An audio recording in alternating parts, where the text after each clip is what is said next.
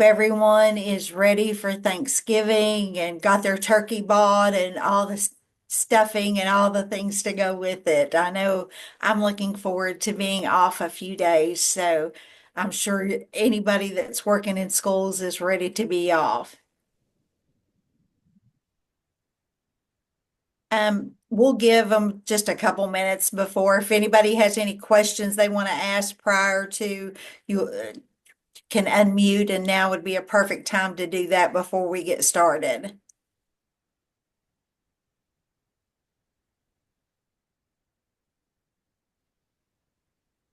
Is this census, is this a different, is this similar to like the December 1 count for the special ed uh, Yes. as Yeah. well? Yes. And I understand they're doing a different day this year than the December 1 count, but we have always used December 1st or December 2nd. So that's what we'll be using this year, and we'll be using the 2nd. And it's pretty much the same exact process. We're trying to capture how many students in your program and also how many programs that you've served the entire school year. Thanks.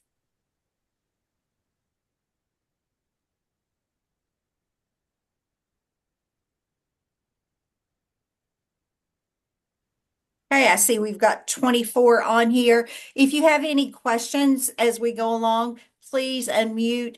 Always like to do everything very informal, so just stop me and we'll discuss it, or you can send it in the chat, and Katie will be monitoring those. Plus, also it is being recorded because I know some of our schools are actually out the whole entire week. Lucky them. So if you do need to go back and look at it, it will be recorded and posted. So, and Katie will get that information out to you all.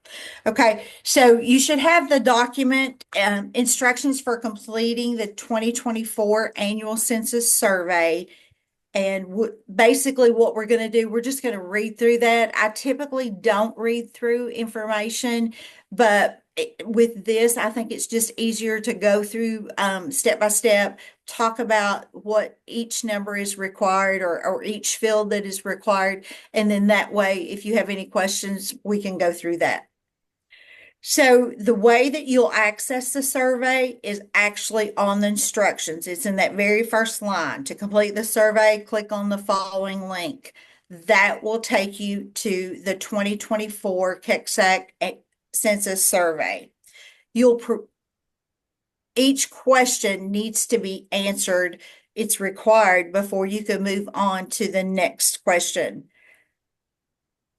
One of the things that I always end up having to call people about or to go back about is when they start putting the word none the fields. If you have no students, please do a numeric 0. Do not put the word none in each field should be a number. So try to limit that instead of writing out the word none. Please answer each question. Complete each section by completing the next button. Upon completion of the last section of the survey, you will click the submit button and the survey will automatically submit to me. No further action is required. If you would like a copy of it, you have to print the copy prior to hitting the submit button. If that happens and you still need a copy, you forget, that's okay. Just send me an email and I will get you a copy of it. But once you hit the submit button, you do not have access to it again. So if you need to print, please print prior to hitting submit, or you can email me. Answer only for state agency students as defined by KRS 158-135. All students who qualify for funding should be included in these counts. If a student cannot be included on your KECSAC membership report, they will not be included in any of this document. Also, we have put a link to the KECSAC membership report guidance if you have any questions about that, of how to do your report. And most of you all are old hands at this, so I know it's not an issue. Date completed is the day that you do the report. So it'll be any day after December 2nd. It will be the date. Name a school district, the first few questions are always the easiest. The name of the school district that you're in. There's a drop down that you just click on that. Name of the KECSAC program. Hopefully the name of your KECSAC program matches all of your documents, whether it's the MOA, whether it's what's in IC, whether it's what's posted on your door. The more that we can get all of our programs to have the same name and showing all those documents the same, the better.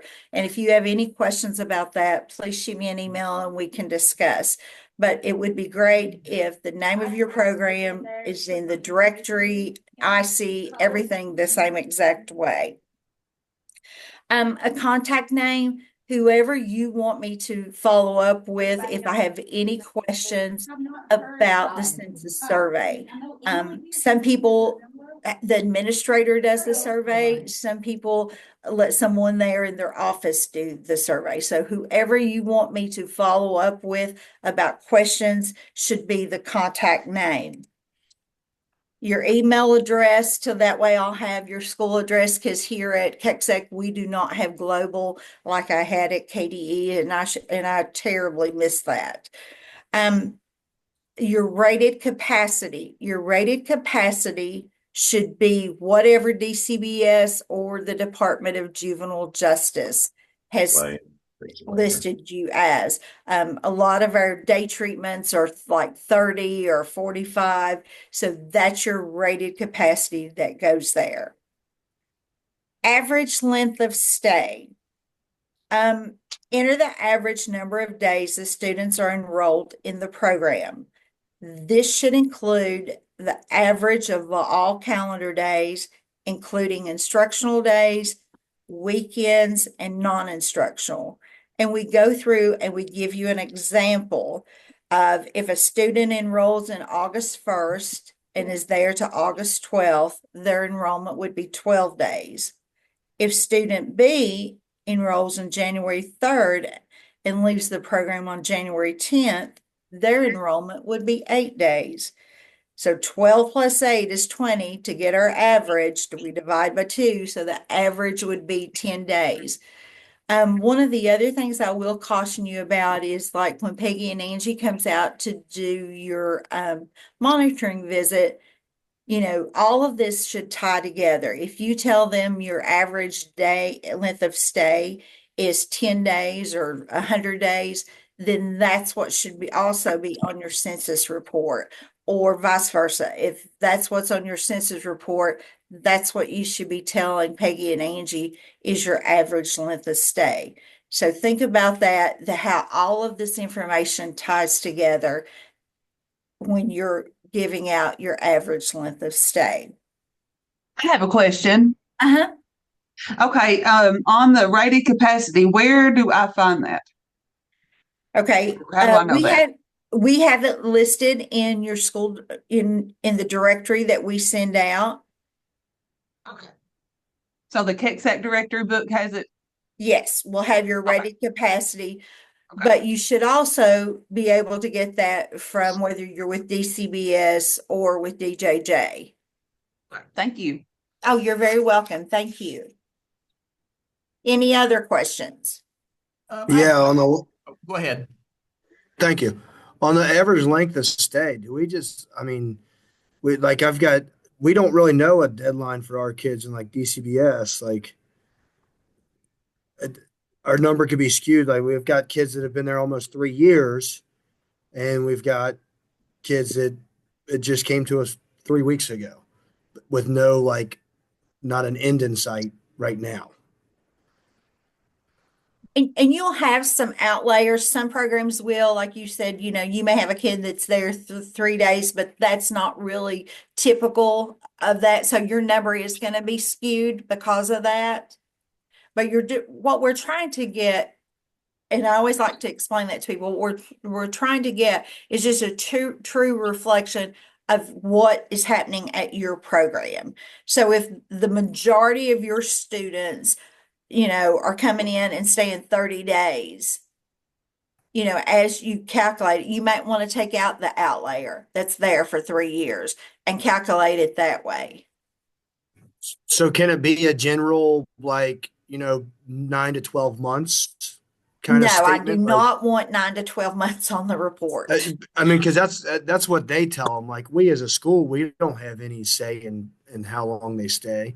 Right. Well, so if it's 9 months, if the majority of your kids is 9 months, put in 9 months.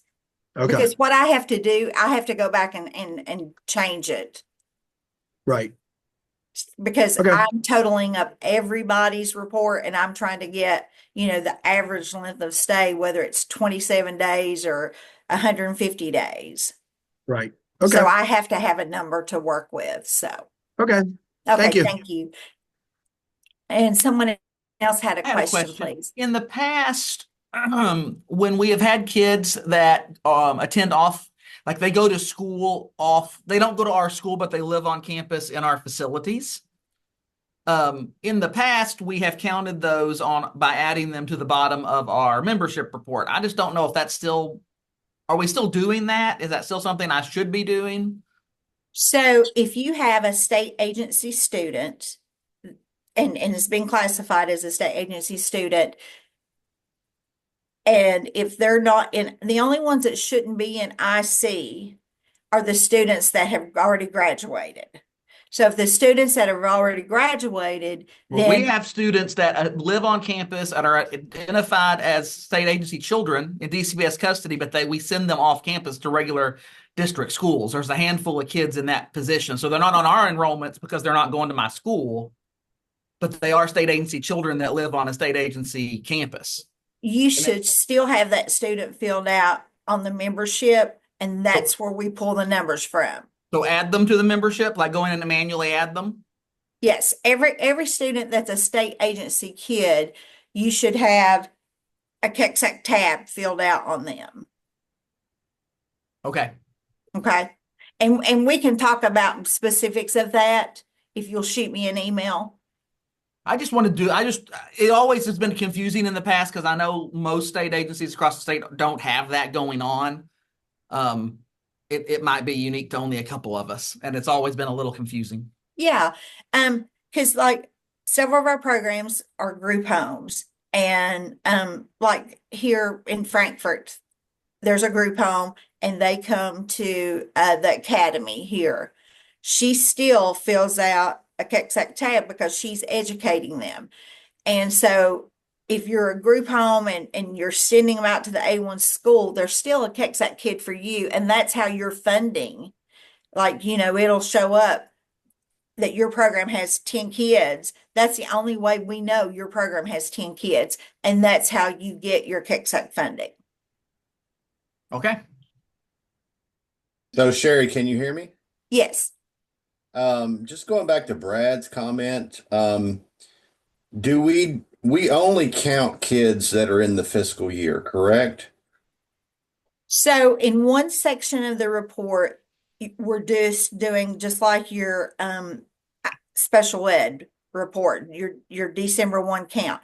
Right. On one section of the report, it's a snapshot of that day. And then the last part of the report is how many students you've had since the last day of the last census report up until this day. Well, I was just trying to help him out on the average length of stay. Oh, okay. So like in Infinite Campus, what I do is I just go in and see how long each kid has been here. And then I'll divide that by the number of kids that we've had. That would be the correct way to do that, correct? As long as you're getting close to, like for your program, Chris, if you have kids, say 6 months there, Right. then, that that's pretty much the average that those Right. kids are in that program. Then you're just going to calculate that out to days. Well, I'm just trying to help Brad out a little bit because he Yeah. says he's had kids there for 3 years. So would you start at July 1 for this year for the Yes, average length of stay? Yeah, that's it's what I'm this trying to year. I'm clarify. sorry. Yes. Yeah, that's what I'm trying to clarify for him. That way he can get more of an accurate number. Because I mean, I think our average length of stay is like 6 or 7 days. Um, but we may have a kid here that's, 30 to 60 days. But it's the average length of stay for the kids that you've had this year. Right. And I Okay. apologize. I missed that completely. Yes. No, no, no, no, no. I'm just trying to clarify for him that way because I know he was saying that he has the kids that have been here for, he's had kids in his program for 3 years, but it's just this school year. Right. You're Okay, all right, calculating it on this school year. right. Okay, I And just thank wanted to you clarify for that. catching that. Absolutely, absolutely. Okay, I'm going to ask another It- question as well. Okay. Okay, this is my first year completing the report on my own. So do I need to go and look at each kid that we've had, add up their number of days and average it that way? Or is there an easier way to do that? If there's an easier way, I don't know. That I'm just thinking I've had well over 100 kids so far this year. Well, I have to calculate up all of their days and then find the average that way. Or can the anybody? easiest way that I've known to do that is just to keep a Uh-huh. spreadsheet of, and this is of course hindsight. I learned the hard way, but we have 800 kids per Right. year. And so by each child count date, what I do is go back to that spreadsheet, and we may have duplicated kids that come back that might Okay. be 6 days and then might be 10 days, but you still count those days for those kids, and then you divide that by how many kids that you've had. Okay. So it is going to be, I've got a book that I keep mine in. So it is going to be a lot of just simple math, right? Yes, Math, yes. okay. It's a Gotcha. calculated process. Yes. But once you get it down, it's pretty easy to do. Okay. Yeah, Thank and you. and Sherry, if I can ask a question, if you don't care. Oh, sure. So you're only counting the days. I thought this runs from December 1 to December 1. You're just doing this school year from July 1 until December 1 on those days to get your average? So the census report, this census report that we're working on runs from December 2nd until December 2nd of this year. Right. So when you're So- figuring that average, do So you you're count- doing your average. Like Chris said, you can do it on the school year. You can do it from December to December. We're just trying to get an average length of stay for your students. Right. Well, but it might make a difference if you just do this school year versus December 2nd to December 1st. I would take all of my students that were enrolled this school year and do that. So you want it on the school year from Yes. July It's- 1. It's not going to be that much difference. For example, most of your day treatments, their kids are in there 45 days to 90 days. There's a number that most programs, like when I go to visit a program and I say, well, how long are your kids here? On average, everybody will say 50 days, 45 days. So that's the number that we're looking for. And great conversation, because we've never really talked about, should it be from December to December or if it's on the school year. So I will get some guidance out about that particular question after we have a conversation internally. Okay. Okay, and I apologize because that's never come up before as far as the specifics. Are you calculating it on the school year? Are you calculating it from December to December? So great conversation, and I apologize. That's never come up that specific before. So we will have some conversation about which exact way we want to do it, and then we'll get some guidance out on that. Okay. Thank you. Thank you for bringing that up. Any more questions about average daily attendance? Okay, great. So the next section, and Katie, do you have this document up? Yes, I can share. Okay, perfect, perfect. Because all I'm seeing is a black screen, so I just want to make sure. Is the number of state agency students enrolled on 12-2 and 24. So every kiddo that's a state agency kid in your building, that's the number you will put there. So if you've got 10 or if you've got 15, whatever that number is for that day on 12-2 and 24, that's what you will enter. And then we will be looking at it because we have access to IC also. We will be looking at it to make sure that your number that you're having and the number we're seeing is exactly the same. If you have not looked at your data, go in and be looking at that to see if you have duplicate students in there, if students in there more than once, because all of those duplicates has to come out prior to doing the count. So go ahead, be looking at your data, and we tell you this, since we're doing the membership and stuff here at KECSAC anyway, to every month, whatever works for you, every 5-6 weeks, go in and look and make sure the number of students sitting at their desk matches the number of what's in IC. Okay. So just think about that as far as that number is the number of students you have sitting in their seats on December 2nd. Your number of students with your IEP. Every student out of your 10 students that you've got enrolled on December 2nd, how many of those students have an IEP? And that is the number that will go there. So if you've got 10 students enrolled in your program and 5 of them have an IEP, that's the number that goes there. Students identified with an IEP prior to enrollment. So if every one of those students come into your program, they've already got an IEP, those two numbers will match. So if I have 5 students that have an IEP, and then I would put a 5 on the students identified prior to enrollment, because those two numbers will match if all those kids had an IEP the day they walked into your door. Students identified while enrolled in the program. So if you have some kids that you think need an IEP, you're identifying them, then that will be the number of students that go there. But that total on number 4 and that total on number 3 should be exactly how many kids that you've got with special ed. So those numbers all add up to your total of special ed. Number of state agency educated on site.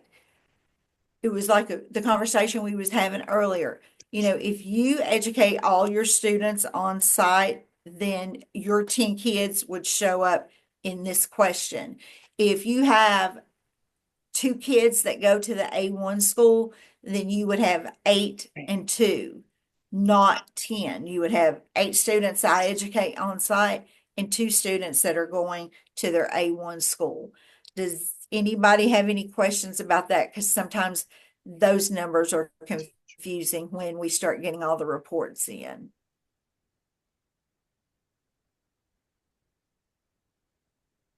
Okay. Again, students that go to their traditional school, we need to be showing that they're going there. So just make sure of your on-site and off-site. For questions 8 through 16, this is students that you've served the last 12 months. One of the issues with IC is it runs only from the school year. So our Graves County, Justin, he does a phenomenal job. He's one of the first ones that said he keeps an Excel spreadsheet of his students from the previous school year starting, in our December count and going up until school goes out in June. You can go back and run that NIC, but it's a lot of work because you're having to do different school years. So just make sure that you're capturing your students from the date of the last report up until the date of this report for all of those remaining questions from 8 through 16. So that's December of last year till December of this year, correct? Yes. Okay. Exactly. Thank you. So to clarify, Sherry, just for those that are new, you will have to run two separate reports, is what you're saying. Yes. Okay, I just for the sake of my mentee here, who is in his first year, I just want to make sure that he's aware of that, and all those that are others that are new, just want to make sure that they understand that you have to run two reports. Yes. And thank you for that clarification, Chris, because what we see here in the office is one thing, and what you all work with and do every day is a little different. So it's great for me to have somebody from one of the programs, because I may miss something. So I really appreciate that as we're going through this. So are Yeah, you thank running you, an Chris. ad hoc report from December till June and then from July to December? Is that what you're talking about when you say running two reports? Yes, that's correct. Okay, thank you. Thank you. You're welcome.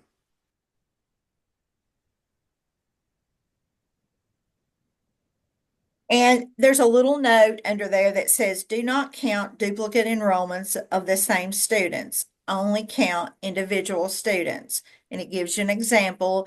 If student A was in your program 3 days during January, left your program, then enrolled again in March for 6 days, then again in August for 12 days, and we know this happens with our kids, please only count them once. The purpose of this question is to determine an unduplicated count of the number of children served in KECSAC programs during the identified time period. So we're just trying to say, in our report that on December 2nd, we had 100 kids. And then throughout the school year, from December to December, we served 800 kids. That's what we're trying to capture, to where people know how many kids we have on a specific day, and then how many students our one program might serve throughout that school year, or throughout from December to December. I shouldn't say school year. Okay. Question 9, participated in district operated vocational technical programs. If you have students that participate in this, then you should put 5, 2, 1. If you have 0, then you should put a 0, not none. We're looking for numbers in these questions. I don't exact, but they should anytime. I'm sorry. We can text Robert. She's not driving. I think that's somebody who didn't have a question for me. All right. So participated in gifted and talented. If you have any students, 1, 10, put that number there. If you do not have any, then you would put a 0. Participated in dual enrollment and post-secondary courses, you would answer that. And that's, again, these questions are from December to December. Participated in a GED program, completed a high school diploma, obtained their GED. Question 15 is 18 years old, leaving the program without a diploma or high school equivalent. Again, we're just trying to capture what happens when these students are transitioning from your program. What happens while they're in your program? Do they get to participate in a GED program? Some of our programs have GED programs and some do not. So that's what we're trying to capture with these questions. Admitted to post-secondary program after graduating. Enter the number of students who earn a diploma or high school equivalent at your program and then were admitted to post-secondary. If you have a student that's going on to college and you know that, then you would enter that information. On the assessment on page 17 or question 17, you're entering any assessment that you use. I would enter the top 4. You don't have to enter because some of our programs actually use more than that. So I would enter the top 3, 4, whatever you feel comfortable with, whatever you want us to know that you use, but you don't have to enter 10. I'll say it that way, because we're just trying to get what is it that you use the majority of time to assess your students when they come in and out of your program. That's what we're trying to capture with that question. Question 18, again, remember this is all students from December 2nd, 23 to December 2nd, 24. The students transitioning out of your program, tell me if they go to another pre-K 12 education or if they do not go to another pre-K 12 education setting. They have to go somewhere when they leave you. So that's what we're trying to capture. Are they going back to their A1 school? Are they not going back to their A1 school? You know, we're trying to capture where the student once they leave you. Enter the number of students who left your program for the 2 options. Every student who left the program should be accounted for in one of these 2 categories. Students transition out of the program into another pre-K 12 educational setting. They either go to an A1 school, they go to an A5 district operated, or they go to another A6. So when they leave your program, where are they going? Are they going to another A1, another A6, or another A5 alternative program? And if you're Are not we sure, supposed to always do that? if you're not sure about that, shoot me an email and I can tell you what, if you know where they're going, I can tell you what type of program it is. Did someone have a question? Yeah, I was just saying, like a lot of times I don't know. I mean, other than like getting the records request, I know what district they're going to, but I don't know if they're going to an A5 or to an A1. I mean, we're lucky sometimes to know that the kids are leaving when they do. Yeah. Well, and if you get, you know, a records request, which you should be getting for every student that leaves your program, Correct. somebody is requesting that, and you may have to just ask them to see Yeah. if they're going to an alternative program or if they're going to the A1 school. And this is December to December, right? The ones that have left since last December. Yes. Okay. Okay. Facility type, you know, students who transition to another A6 program. So if I say in 18 that my kids, or in 19 that my kids are going to another A6 program, are they going to Department of Juvenile Justice? Are they going to community based? Are they going to Aspire or Western Day Treatment?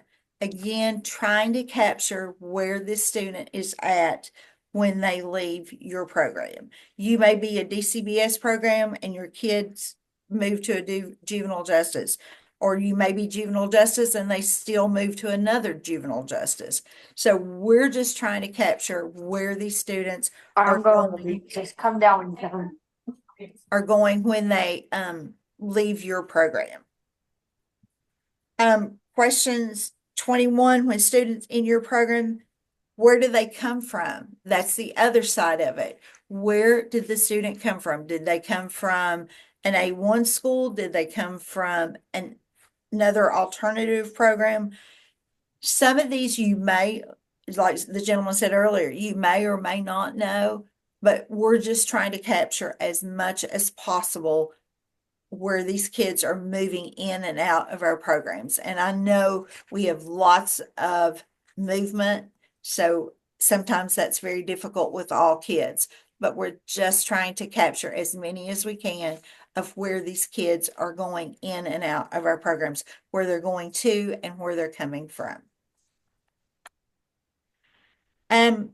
Facility type, again, on 22, students who transfer from another KECSAC program, you'll be answering that. Of students who are identified in 21C, and they're the number of students who come from each type of the facility. Each one of these is basically just trying to get at where that student is coming from and to going to. You know, when they leave, did they enter the workforce? Did they go on to college? How many entered, extend their commitment to the state. Some of this information you may have, and some of it you may not, and we completely understand that. We are just trying to get the most accurate information we can, and sometimes we understand that we just don't know where a student may be going. So, for the, and it also goes down and tells you, like, if you identify them in one section, then that's the students that you should be talking about in the next section. And that is all explained there. For students identified in 18B, enter the number of students who fall into the above categories. So that just kind of breaks that down for you. Number of students in A6 programs for the first time. You should probably know if you're getting a student for the very, very first time in A6. And you can even look on their records, the student records in IC, and it'll show if they've had a KECSAC tab before. So you know if they never had a KECSAC tab, they've probably not been in an A6 program. Number of students age out of the state care while in the program. If you have students that turn 18 and did not recommit, that would be the number that goes there on 25. 26 is number of 18-year-olds that left the program without a GED or diploma. Any questions about any of the transition?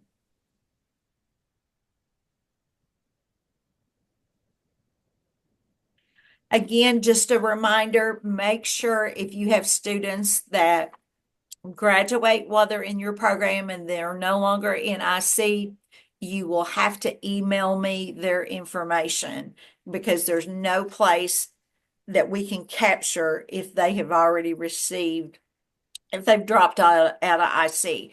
And like last year, one program, for example, had like 5 graduates, and they had to email me the information on those 5 students because it's not in IC any longer for us to capture. So, full-time equivalent certified teachers. If you have a teacher in your building, you have 1 teacher. If you have 2 teachers, you have 2 teachers. And we get some odd numbers on this. So if you have a special ed teacher part-time, then that would be 0.5. So you would have 2 teachers plus a part-time special ed teacher, so that would be 2.5. So just think about that, and we go through and explain on here about how to calculate that number. But if you have, we're trying to capture the number of teachers that are at your program.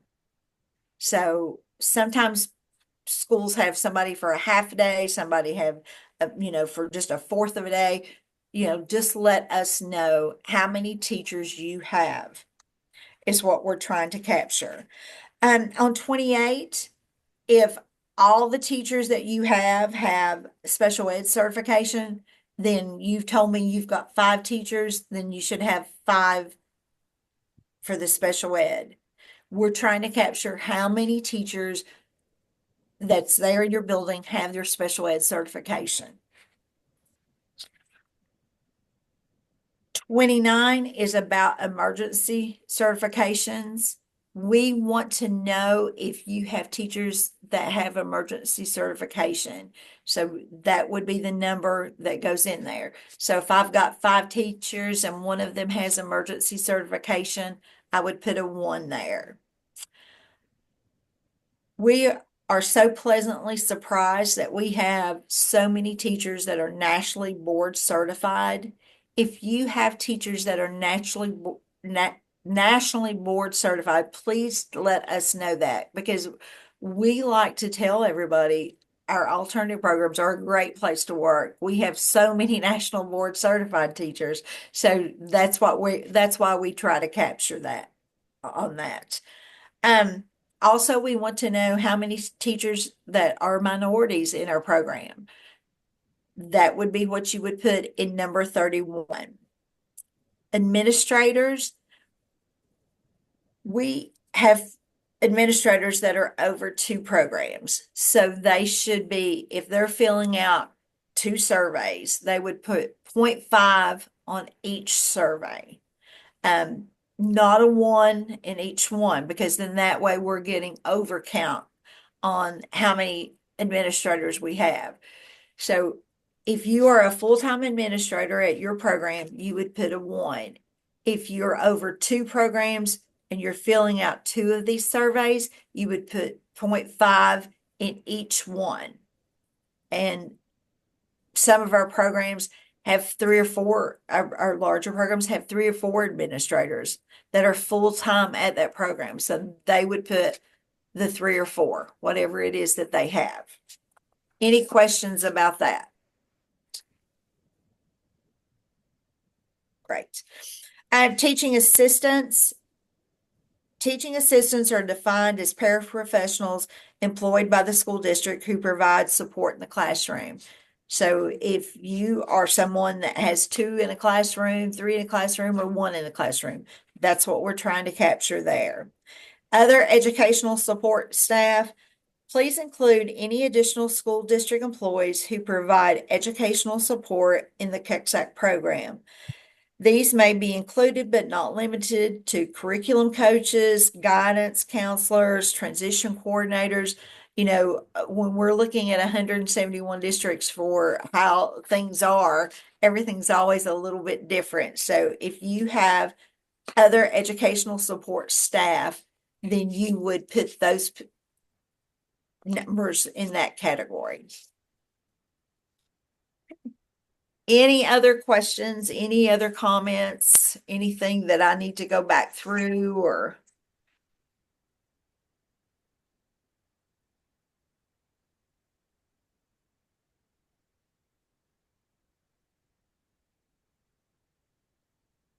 Give everybody an opportunity to ask some questions.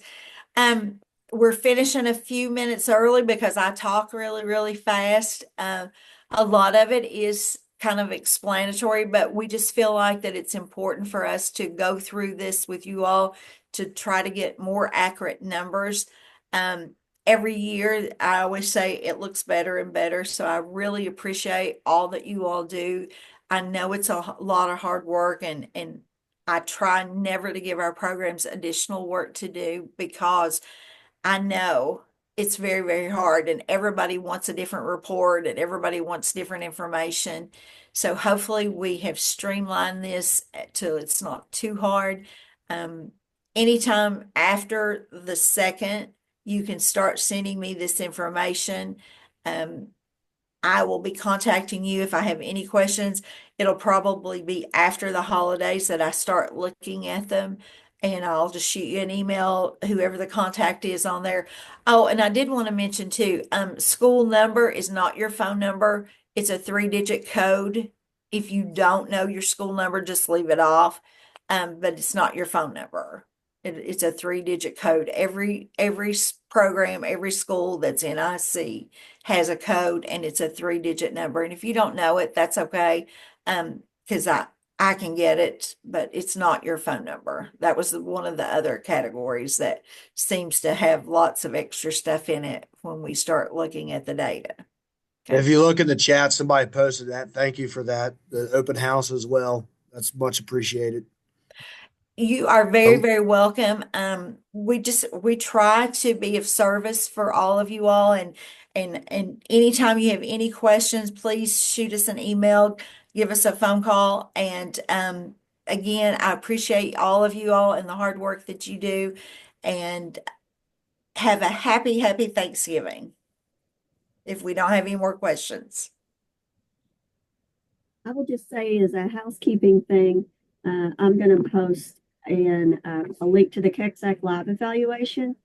If you need an ELA hour, just fill that out and select the KECSAC Census training, and I'll get your certificate. And Katie, somebody had a question. Let me pull up the chat real quick.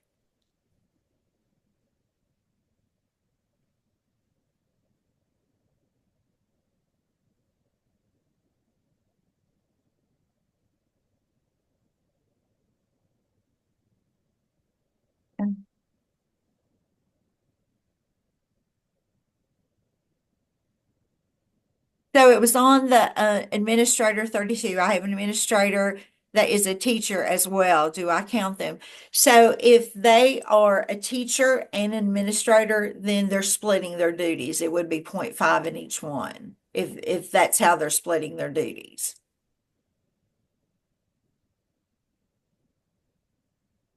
And I I will missed.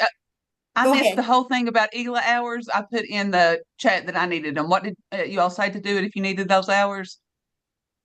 You just click on that the link that I posted right above Tanya's comment, Okay. and fill out that KECSAC live eval. It takes 2 seconds. Okay. Thank you. Thank you all. Have a great Thanksgiving. You too. Thanks. Thanks. Everybody.